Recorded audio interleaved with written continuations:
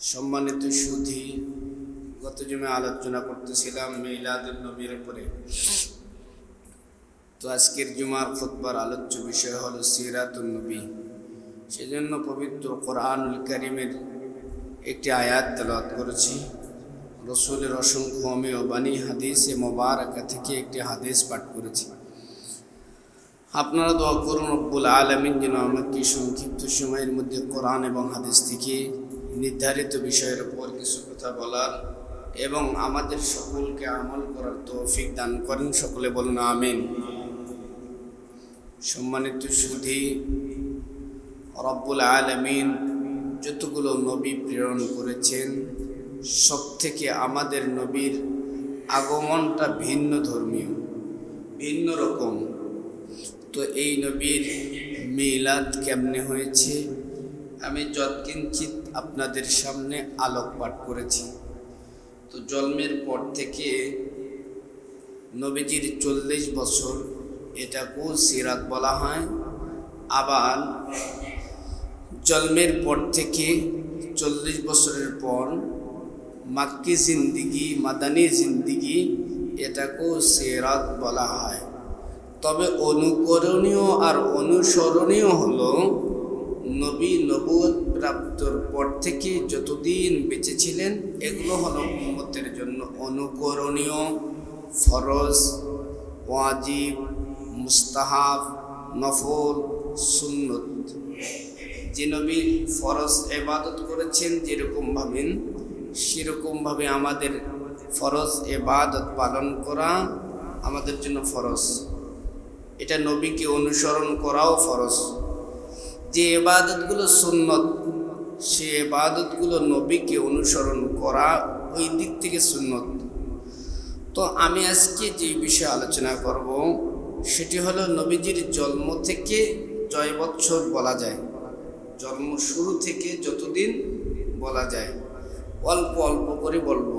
তো গত জুমায় বলেছিলাম কি, নবীজির জন্ম নিয়ে আলোচনা করতে গেলে কিয়ামত শুরু হবে, কিয়ামত চলে আসবে, তবু আলোচনা করে শেষ করা যাবে। কারণ পুরা কোরআন আল্লাহ পাক রব্বুল আলামিন নবীর জন্য নাজিল করেছেন। পুরা কোরআন। আম্মা জান আয়েশা সিদ্দিকা রাদিয়াল্লাহু তাআলা আনহাকে বলেছেন যে নবীর চরিত্র কেমন? আম্মা জান আয়েশা বলেছেন কোরআনের মতো, কোরআন যেরকম আমার নবীও সেরকম। বলুন না সুবহানাল্লাহ। তো এই নবীর আলোচনা এই মাসে করতে হবে, কারণ এই মাসে নবীর আলোচনা করাটাও সুন্নত। কি সুন্নত? তো নবীজি যখন জন্মগ্রহণ করলেন, এখান থেকে আলোচনা ছিল। নবীজি দুনিয়া আসলেন, যখন নবীজি দুনিয়া এসেছেন, দুনিয়াতে নবীজির বাবা ছিল। কথা বলেন। যখন দুনিয়ায় নবী আসছেন, তখন দুনিয়াতে নবীজির বাবা ছিলেন কি? কোথায় ছিলেন? কই ছিলেন? কথা বলে না। নবীজির বাবা কই ছিলেন? বলেন ইন্তেকাল করছেন। ভয় পায় যে না জানি কোথায় যেন ভুল হয়ে যায়। নবীজি যখন শিশু নবীজি যখন নবীজির মায়ের পেটে ছিলেন, 6 মাস অথবা 7 মাস বয়স, তখনই আমার নবীর বাবাকে রব্বুল আলামিন নিয়ে গেছেন। নবীজির বাবাকে নিয়ে গেছেন। তো দুনিয়ায় এত মানুষ ছিল, আমার নবীর বাবাকে কেন নিয়ে গেল? নবীর বাবা দুনিয়ায় থাকলে কি রিজিকের কমতি হইতো? নবীজির বাবা দুনিয়ায় যদি থাকতো আমাদের কোনো সমস্যা হইতো? পৃথিবীর মানুষ তথা নবীর জন্য একটি বড় বিষয় ছিল, অহংকারের বিষয় ছিল, আমার বাবা আছে। কিন্তু নবীজি পেটে থাকা অবস্থায় নবীজির বাবাকে রব্বুল আলামিন নিয়ে গেলেন। এর মধ্যে শিক্ষা আছে না নাই? পুরা জিন্দিগিটা জন্মের আগ থেকে আদম নবী পর্যন্ত, আদম নবী থেকে ঈসা নবী পর্যন্ত, ঈসা নবী থেকে শেষ নবী পর্যন্ত যত কাহিনী, যত ঘটনা, সব আমাদের জন্য শিক্ষা রয়েছে। কেন নিয়ে গেলেন? নিয়ে যাওয়ার পরে আল্লাহ পাক রব্বুল আলামিন আবার কোরআনুল কারীমের মধ্যে বলতেছেন, ফাআম্মাল ইয়াতীমা ফালা তাকহার, ফাআম্মাল ইয়াতীমা ফালা তাকহার ওয়া আম্মাস সাইলা ফালা তানহার ওয়া আম্মা বিনি'মাতি রাব্বিকা ফাহাদ্দিস। হে নবী, আপনাকে কি আমি এতিম পাইনি? আপনি তো এতিম ছিলেন, এমন এতিম ছিল জন্মের আগে বাবাকে রব্বুল আলামিন দুনিয়া থেকে নিয়ে গেছেন। এরকম ইতিম আর জগতে হয় না।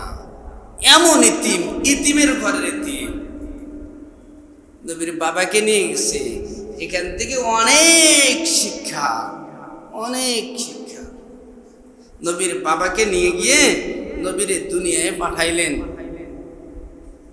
নবী কেবল দুনিয়া আসছে, বাবা নাই, মায়ের চিন্তা, এই ছেলেটাকে নিয়ে কি করব, কি হবে, অনেক চিন্তা চেতনা। নবীর বয়স এখনো একদিন হয় নাই।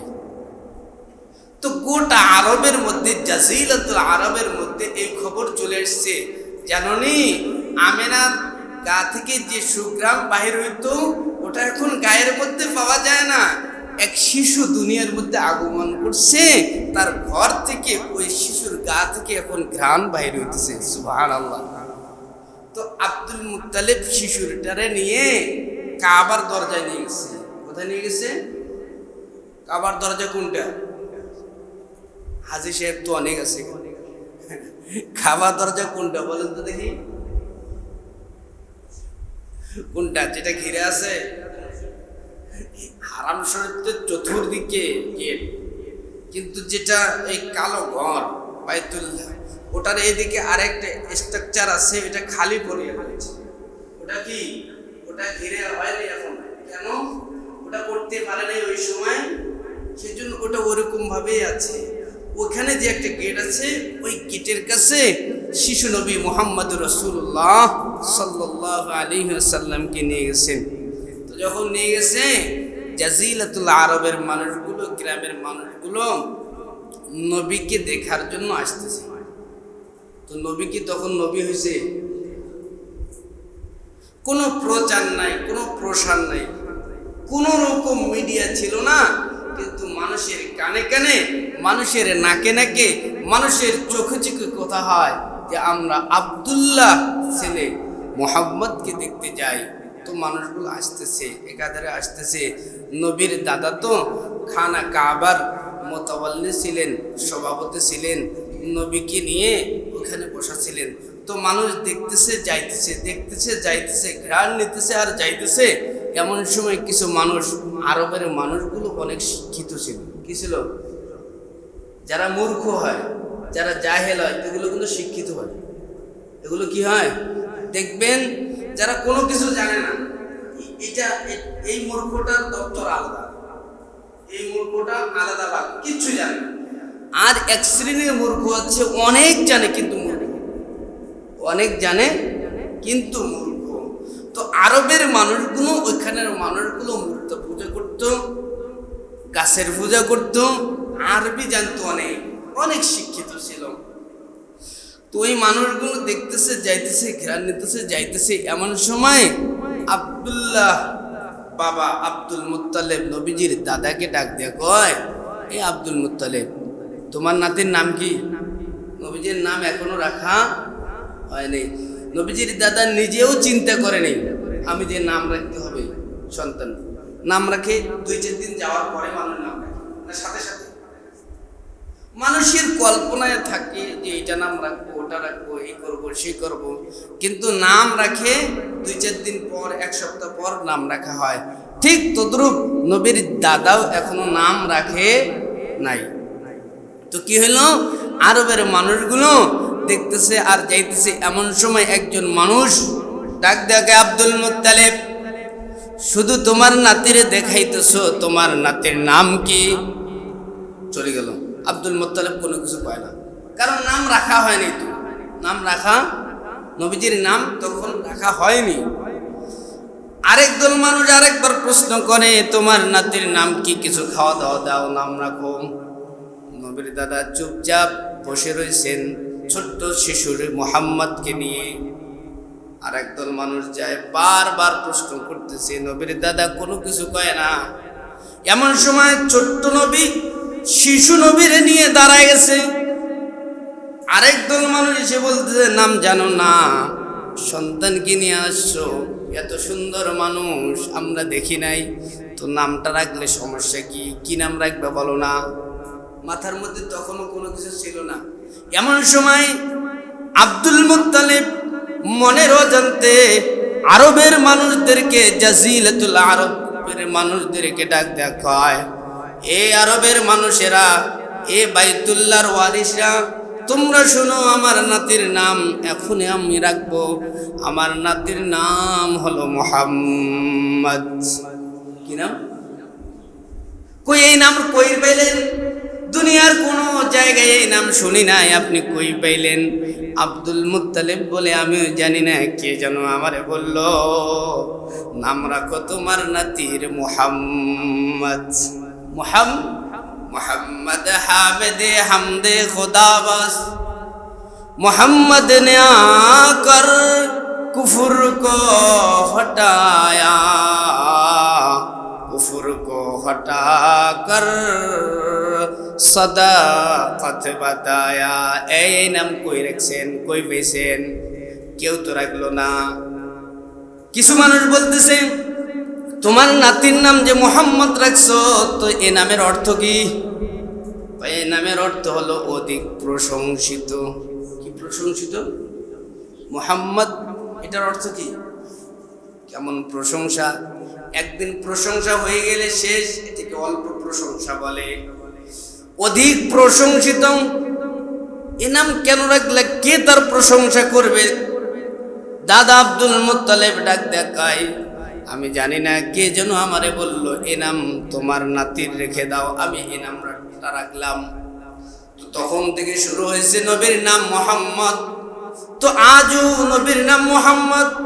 কিয়ামত যতদিন আসবে না, কিয়ামতের পরেও নবীর নাম মুহাম্মদ। জান্নাতেও নবীর নাম মুহাম্মদ। আমি বুঝাইতেছি, নবীর নাম রাখা হইল কি? মুহাম্মদ। নবীর জন্ম হয়ে গেল, নাম রাখা হইল। নামের অর্থ কি? অধিক প্রশংসিত। কেমনে অধিক প্রশংসা? বর্তমান আমেরিকার প্রেসিডেন্টের নাম কি বলেন না? কি নাম? এটা কততম প্রেসিডেন্ট? এটা যে প্রেসিডেন্ট হয়েছে, এর আগে তো আরেকজন ছিল না? তো এটা কততম? কয়তম? 44? না, ভুল তো ডোনাল্ড ট্রাম্প এখন প্রেসিডেন্ট। তো ডোনাল্ড ট্রাম্পের নাম সবাই জানে, সবাই তার প্রশংসা করে, এই করে সেই করে। তো এর আগে ছিল জো বাইডেন, তার আগে ছিল ডোনাল্ড ট্রাম্প। তো এটা 47তম, বুঝলেন নাই? তো ডোনাল্ড ট্রাম্প আসছে, এর প্রশংসা এখন সবাই করে। কিন্তু 100 বছর পর এর নাম কেউ জানবে? 10 বছর আগে কে ছিল এর নামে আমরা জানি না।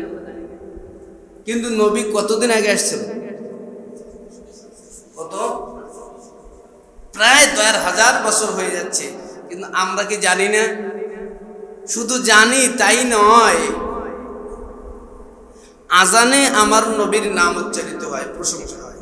নামাজেও আমার নবীর নাম। এমনকি মুহাদ্দিসিন ইকরাম, মুফাসসিরিন ইকরাম লিখতেছেন, নামাজটাকেও আমার আল্লাহ আমার নবীর নাম দিয়ে সাজাইছে। বলুন না সুবহানাল্লাহ। এগুলো বললে তো বলবে, হুজুর কই পেয়েছেন? হুজুর আছে।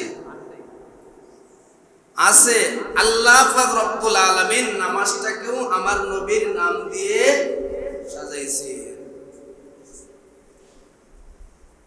যেখানে মুসলমান আছে সেখানে আমার নবীর নাম উচ্চারিত হয়। তো শুধু উচ্চারিত নয়, এমন কোন সেকেন্ড বাদ নাই যে নবীর নাম উচ্চারিত হয় না। কালিমা পড়ছেন লা ইলাহা ইল্লাল্লাহ, হইছে নি? এটা কালিমা নি? তো সঙ্গে সঙ্গে কি করতে হবে? মুহাম্মাদুর, তাইলে সম্পূর্ণ হলো। কি হলো? লা ইলাহা ইল্লাল্লাহ, এটা এক কালিমা, ঠিক আছে, এটা এক শব্দ, এটা এক তাসবিহ, এটা আলাদা জিনিস। যখন আপনি পূর্ণাঙ্গ মনের আনন্দে পড়বেন, তো তখন লা ইলাহা ইল্লাল্লাহ শুধু পড়বেন না, তখন পড়বেন লা ইলাহা ইল্লাল্লাহ মুহাম্মাদুর। আজানে মুয়াজ্জিন সাহেব বলছেন আশহাদু আল্লা ইলাহা ইল্লাল্লাহ, আশহাদু আল্লা ইলাহা ইল্লাল্লাহ। তারপরে কি? আশহাদু আন্না মুহাম্মাদুর। তো এটা তো না বললে চলবে না, বললে কি হবে? আজান পরিপূর্ণ হবে না। যখন আপনি নামাজে দাঁড়ায় গেছেন, নামাজ পড়তেছেন, সানা পড়লেন, সূরা পড়লেন, সব কিছু করলেন, যদি দরুদ শরীফ পড়েন নাই, বুঝিনি? দরুদ শরীফ পড়া কি নামাজের মধ্যে? দরুদ শরীফ পড়েননি তো নামাজ অসম্পূর্ণ হয়ে গেছে। তো যে আমল করুন না কেন, নবীর অনুকরণ লাগবে, নবীর প্রশংসা লাগবে। যেখানে যান গোটা বিশ্বের মধ্যে আমার নবীর নাম, আমার নবীর প্রশংসা সদা সর্বদাই চলতে আছে। কেন বললাম প্রতিটা সেকেন্ডে? এটা বলার পেছনে কারণ হলো কি, বাংলাদেশে আজান হয় কয়বার? 5 বার। দিনে কয়বার? 5 বার। একবার ফজরের সময়, একবার জোহর, আসর, মাগরিব, ইশা। বাংলাদেশে যেই সময় আজান হয়, সৌদি আরব ওই সময়ে তো আজান হয়, আলাদা টাইম না? তো ইন্ডিয়ায়, পাকিস্তান তো ঠিক তদ্রুপ একটা সেকেন্ড বাদ নাই, শুধু আজান নয়, মাইকের মধ্যে এলান হয় আমার নবীর প্রশংসা। বলুন না সুবহানাল্লাহ। নবীর নাম রাখা হইল, নবীর নাম মুহাম্মদ। কি নাম? এমন প্রশংসিত, এমন প্রশংসা। আল্লাহ পাক রব্বুল আলামিন বলেন, দুনিয়ার সমস্ত মানুষ আমার জিকির করে, আমার ইবাদত করে, আর আমি শুধু আমার বন্ধুর নামে জিকির করি। বলুন সুবহানাল্লাহ। পুরো কোরআন ডাইরেক্ট আয়াত, সাল্লু আলাইহি ওয়া সাল্লিমু তাসলিমা, সাল্লু আলাইহি ওয়া সাল্লিমু তাসলিমা। তোমরাও আমার নবীর উপর দরুদ পড়ো, আমার নবীর প্রশংসা করো। বললে কি হবে? আল্লাহর নবী বলেন, ক্বালান নবী সাল্লাল্লাহু আলাইহি ওয়াসাল্লাম, ক্বালান নবী সাল্লাল্লাহু আলাইহি ওয়াসাল্লাম, মান সাল্লা আলাইয়া ওয়াহিদা সাল্লাল্লাহু আলাইহি আশারা। যে ব্যক্তি আমার উপর একবার দরুদ পড়ে, আমার আল্লাহ তার উপর 10টি রহমত সাথে সাথে নাজিল করে দেয়। আরেক হাদিসের মধ্যে এসেছে, কোন মানুষ যখন নবীর উপরে দরুদ পড়ে, পড়তে দেরি একজন ফেরেশতা ওই দরুদের হাদিয়াটা আল্লাহর পয়গম্বরের কাছে নিয়ে যাইতে দেরি করে না। কি বলে, ইয়া রাসূলুল্লাহ, নূরপুরের অমুক মানুষ, পিতার নাম অমুক, মাতার নাম এই, আপনার উপরে দরুদ পাঠ করছে, আপনি গ্রহণ করুন। তখন আল্লাহর নবী বলেন, কেন দরুদ পড়ে? কয় রহমত চাই। কি রহমত? কয় দুনিয়া আখিরাতের সফলতা চাই, এজন্য দরুদ পড়ে। আল্লাহর পয়গম্বর মাকবারা থেকে, রওজা শরীফ থেকে ওই গুনাহগার উম্মতের জন্য গুনাহ মাফের দোয়া করতে থাকে। বুখারীর হাদিস। এটা কিসের হাদিস? বুখারী শরীফ থেকে বলতেছি। তো মুসলমান ভাই, নবীর নাম হলো মুহাম্মদ, রাখা শেষ। একদিন যায়, 2 দিন যায়, নবী তো রোজা রেখেছিলেন, খায় নাই কিছু। নবী যে দুনিয়া আসছে, কিছু খায় নাই, কথা কয় না। নবী কি রোজা ছিল? কি খাইছে? দুধ খেয়েছে। কি খেয়েছে? দুধ। কার দুধ খেয়েছে? প্রথম মায়ের দুধ পান করছে। বলুন না সুবহানাল্লাহ। নবী জন্মগ্রহণ শেষ, মায়ের দুধ পান করছে। এই সময় নবীর মায়ের ঘরের মধ্যে একজন বাদী ছিল, একদম দাসী ছিল, নাম হলো তার সুয়াইবা। কি নাম? এটা নবীর মায়ের দাসী, নবীর মায়ের কাজ করতো। পাশাপাশি নবীর চাচা আবু লাহাবের দাসী ছিল, নাম তার হলো সুয়াইবা। কি নাম? নবী জন্মগ্রহণ করছে, সুয়াইবা একটা দৌড় দিয়ে নবীর চাচা আবু লাহাবের কাছে গেছে, ডাক দেয়া কয়, শুনছেন মহা সুন্দর খবর, মহা খুশির খবর। কয় কি খবর? কয় জানেননি আপনার ভাইয়ের ঘরে একটা বাচ্চা জন্মগ্রহণ করছে, এমন সুন্দর বাচ্চা আমি দেখি নাই। এই খবর আবু লাহাব পাইতে দেরি। আবু লাহাব ডাক দেয়া কয়, এত সুন্দর খবর দিছো, যা তুমি আজ থেকে আর দাসে থাকবা না, তোমারে আমি আজাদ করে দিলাম। সুবহানাল্লাহ। নবী দুনিয়া আসছে তো গরিবদের উপর রহমত শুরু হয়েছে, আজাদ করে দিলাম, যান। সুয়াইবা নবী প্রথম নবীর মায়ের দুধ পান করেছে, তারপরে উম্মে আইমানের দুধও পান করেছে, তারপরে সুয়াইবারও দুধও পান করেছে। কয়জন মহিলার নাম বললাম? 3 জন। একদিন যায়, 2 দিন যায়, 3 দিন যায়, 4, 5, 6, 7 দিন চলে যায়। আরবের একটা নিয়ম ছিল, কুরাইশদের একটা নিয়ম ছিল, জাজিলাতুল আরব মক্কাতুল মুকাররমার একটা নিয়ম ছিল। ওই জায়গাটা ছিল শহর। কি শহর? ধনী টাকাওয়ালা, ওই জায়গার মানুষ কি টাকাওয়ালা ধনী শহর। তো ওই জায়গায় মানুষ নিজের বাচ্চাকে শহরে রাখতে চায় না, তখনকার নিয়ম ছিল এই। কিন্তু বর্তমান জামানার নিয়ম কি? মানুষ গ্রামে রাখতে ভিন্ন। আচ্ছা বলুন, গ্রামে যখন একটা সন্তান বড় হয় আর শহরে একটা সন্তান বড় হয়, দুইটা সন্তানের মধ্যে কার শক্তি, কার রোগ প্রতিরোধ ক্ষমতা কার বেশি হয়? গ্রামেরটার কি হয়? রোগ প্রতিরোধ ক্ষমতা বেশি হয়। ওর চেহারাটাও একটু ভালো হয়, ও একটু শাকসবজি খায়, কিন্তু কাদা মাটি সবসময় খেলাধুলা করে। এই জন্য জাজিলাতুল আরব মক্কাতুল মুকাররমার মানুষগুলো তাদের সন্তানদেরকে দূরে পাঠায় দিত গ্রামে। কত দূর? 50 মাইল, 75 কিলোমিটার দূর। জায়গাটার নাম হলো তায়েফ। কি নাম? তায়েফ থেকে কিছু মহিলা আসে, প্রায় আসে, তার বাচ্চা দুনিয়া এসেছে, তুই দেখে যায়, দলবল নিয়ে এসে যত বড় মাপের ধনের দুলালকে নিয়ে যায় তত বেশি ইনকাম। দুধ পান করায় 2 বছর, দুধ পান করার সময় কয় বছর? একটা বাচ্চাকে মায়ের দুধ পান করাবে কয় বছর? কোথায় আছে বলেন না? কোরআনে আছে। কোথায় আছে? ওয়াসাইনাল ইনসানা বিওয়ালিদাইহি হামালাতুহু উম্মুহু কুরহা ওয়া ওয়াদাআতুহু কুরহা ওয়া হামলুহু ওয়া ফিসালুহু 30 শাহরা। বাচ্চা যখন দুনিয়া আসে তখন মায়ের দুধ পান করবে 2 বছর, এটা মায়ের হক, বাচ্চার হক। কিন্তু বর্তমান জামানায় মা বাচ্চাকে দুধ দিতে চায় না। অনেক মহিলা এরকম ট্রেডিশন শুরু হয়ে গেছে। তো তায়েফ থেকে কিছু মহিলা আসছে দল সহকারে, 75 কিলোমিটার দূর মক্কা থেকে তায়েফের দূরত্ব। ওই জায়গা থেকে আসছেন অনেক দলবল, অনেক মহিলা নিজের স্বামীকে নিয়ে আসছেন, নিজের বাচ্চাকে নিয়ে আসছেন। বাচ্চা তালাশ করতেছে, কার বাচ্চাকে নিতে পারি, এরকম করে 2-3 দল, 5-6 দল মানুষ যার বাচ্চাকে পায় তার বাচ্চাকে নিয়ে চলে যায়। কিন্তু আমার নবীর বেলায় এসে মহিলারা আর আমার নবীর নিতে চায় না, মন চাইলেও নিতে চায় না। কারণ কি? এই সন্তানের বাবা নাই, কে টাকা পয়সা দিবে, কে আমারে খবর খোঁজ নিবে? না, আমি নিতে চাই না। সবার শেষে বনু সাদ গোত্র থেকে এক ভদ্র মহিলার আগমন মক্কা নগরীতে।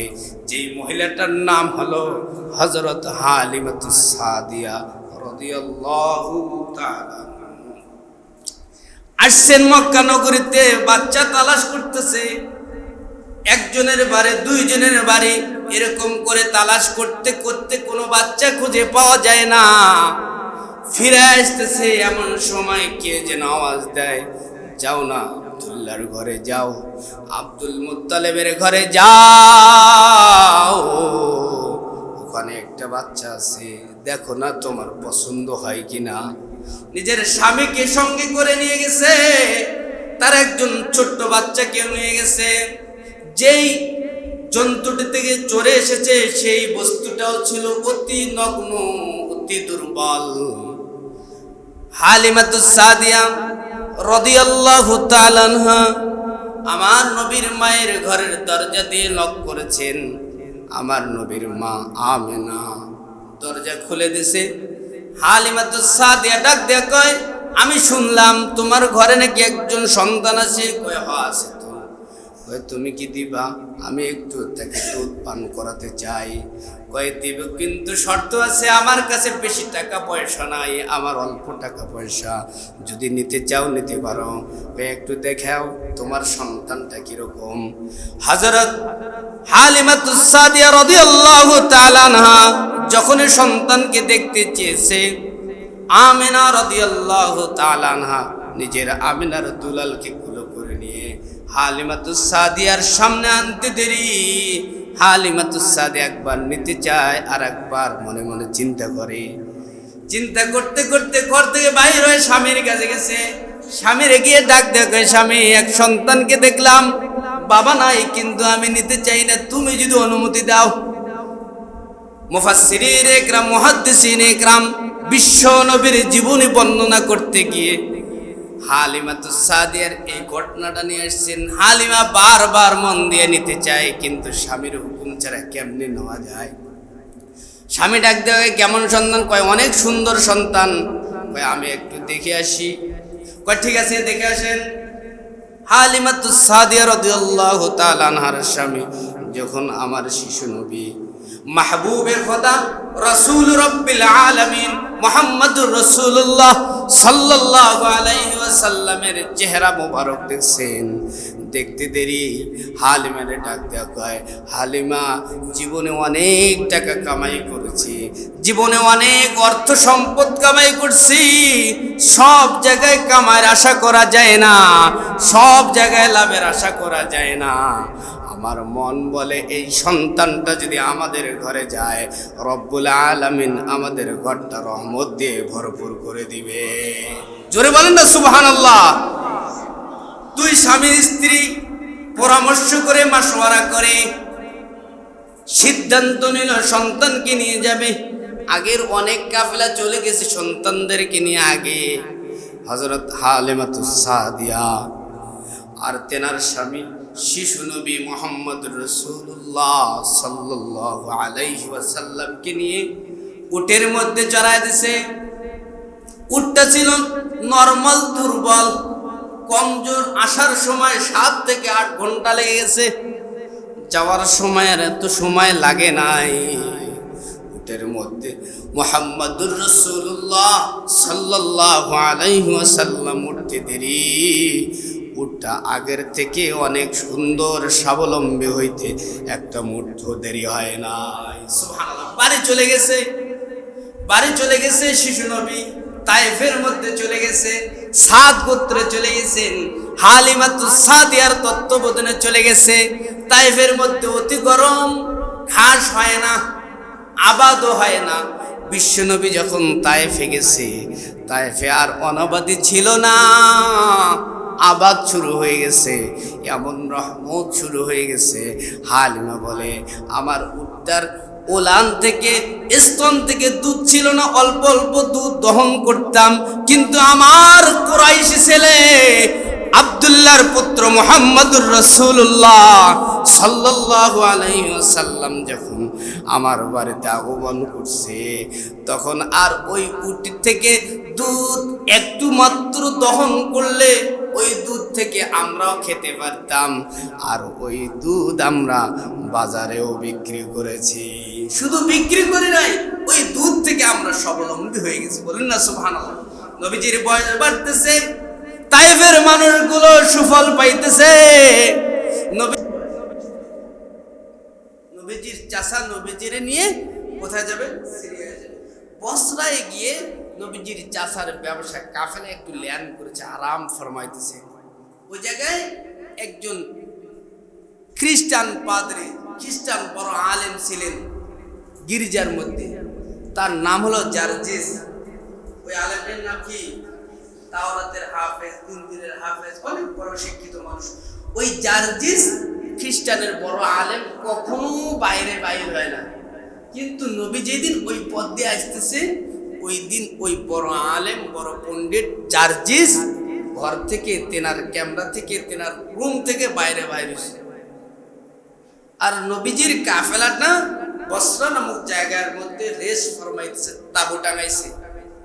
ওই বড় আলেম ওই তাবুর কাছে এসে একজন একজন করে মানুষকে দেখতেছে। বলুন না সুবহানাল্লাহ। একজন করে মানুষ দেখে আর বলে আপনি যান। ওই এলাকার মধ্যে বড় আলেম, বড় টাকাওয়ালা, ওর উপর কেউ আর কথা বলে না। জার্জিস, তার নাম কি? জার্জিস, খ্রিস্টান বড় আলেম। আপনি যান, এদিকে যান। এমন এক পর্যায়ে আমার আপনার পয়গম্বর বয়স হলো 12, ওই নবীর কাছে চলে এসেছে। ডাক দিয়া কয় তোমার নাম কি? নবী কোনো কথা কয় না। নবীর চাচা আবু তালেব ডাক দিয়া কয় ওর নাম হলো মুহাম্মদ। কি নাম? কয় এর গার্জিয়ান কি? কয় এর গার্জিয়ান আমি। কয় আপনি এর কি হন? কয় এর আমি বাবা হই। আপনার নাম কি? কয় আমার নাম হলো আবু তালেব। খ্রিস্টান বড় আলেম জার্জিস ডাক দিয়া কয় না, এ হতে পারে না। এ হতে, আপনি এর বাবা হইতে পারেন না। এর নাম যদি মুহাম্মদ হয়, এ যদি কুরাইশ থেকে এসে থাকে, এ আজকে ব্যবসার সফরে যদি এই মুহাম্মদ এসে থাকে, আপনি এর বাবা হইতে পারেন না। কয় কেন? কারণ কি? আবার সুন্দর করে আমার নবীর জার্জিস নামক খ্রিস্টান বড় আলেম আবার দেখা আরম্ভ করে দিয়েছে। দেখতে দেখতে এক সময় নবীজির ঘাড়ের চাদরটা তুলে দেখতেছে, নবীজির ঘাড়ের মধ্যে একটা সিলমোহর লাগা। সেটা হলো আখিরি জামানার পয়গম্বরের সিলমোহর। ডাক দে খ্রিস্টান পাদ্রী আবু তালেবরে ডাক দেয়া কয় সত্যি করে বলো তোমার নাম কি? কয় কেন? কয় আমার নাম হলো আবু তালেব। কয় জানো না, এটা যদি মুহাম্মদ হয় তাহলে এর বাবা এখন মাটির নিচে থাকার কথা, তুমি তো এর বাবা নও। কয় কারণ কি? তুমি কি করে বুঝলা? কয় আমি জানি এই দিনে এই সময়ে বিশ্ব নবীর একটা কাফেলা ব্যবসার উদ্দেশ্যে সিরিয়ায় যাবে, তার চাচার সাথে যাবে। আমি এটা ইনজিল এবং তাওরাত কিতাবে পেয়েছি। সুবহানাল্লাহ। কয় এখন কি করব? জার্জিস নামক বড় খ্রিস্টান পাদ্রী ডাক দেয়া কয় আবু তালেব সামনে পা বাড়িও না, সিরিয়ায় যাইও না। ওখানে গেলে ওখানে বড় বড় নবীজির দুশমনরা আছে। ছোট্ট শিশু মুহাম্মদ রাসূলুল্লাহ সাল্লাল্লাহু আলাইহি ওয়াসাল্লামকে কতল করে দিবে। একে নিয়ে যেই সেই জায়গায় যাইও না, এটি হবে শেষ নবী, আখিরি জামানার পয়গম্বর। একে নিয়ে তুমি ব্যবসার সফর থেকে রওনা দাও, তুমি চলে যাও মক্কায়। নবীর চাচা দেরি করে নাই, কোথায় চলে গেছে? আবার ব্যাগ হয়ে কোথায় গেছে?